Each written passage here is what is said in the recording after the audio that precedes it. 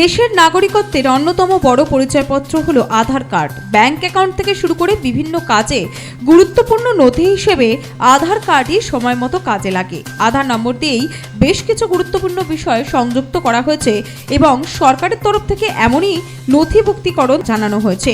সরকারের তরফ থেকেই এমনই নিয়ম জারি করা হয়েছে। এবার কেন্দ্র সরকার আধার সংক্রান্ত কিছু নিয়মে বড় বদল এনেছে। এবার থেকে সমস্ত বেসরকারি প্রতিষ্ঠানগুলিও তাদের পরিষেবা দানের জন্য আধার অথেন্টিফিকেশন করতে পারবে।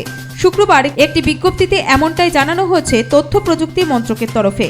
দেশের মানুষের জীবনযাত্রা সহজতর করা এবং বিভিন্ন পরিষেবা আরও ভালোভাবে তাদের অ্যাক্সেস দিতে পারার জন্যই এই উদ্যোগ নেওয়া হয়েছে বলেই জানিয়েছেন কেন্দ্রীয় দপ্তর। উপরন্তু সরকারের তরফে বিশেষভাবে উল্লেখ করা হয়েছে যে বেশ কিছু সংস্থার সিদ্ধান্ত গ্রহণের ক্ষমতা আরও বাড়ানো হবে আধার অথেন্টিফিকেশনে। সিদ্ধান্ত গ্রহণের প্রক্রিয়ায় স্বচ্ছতা বাড়াবে, অন্তর্ভুক্তি বাড়াবে এই পদ্ধতি। Bureau report, Nobel Bangla.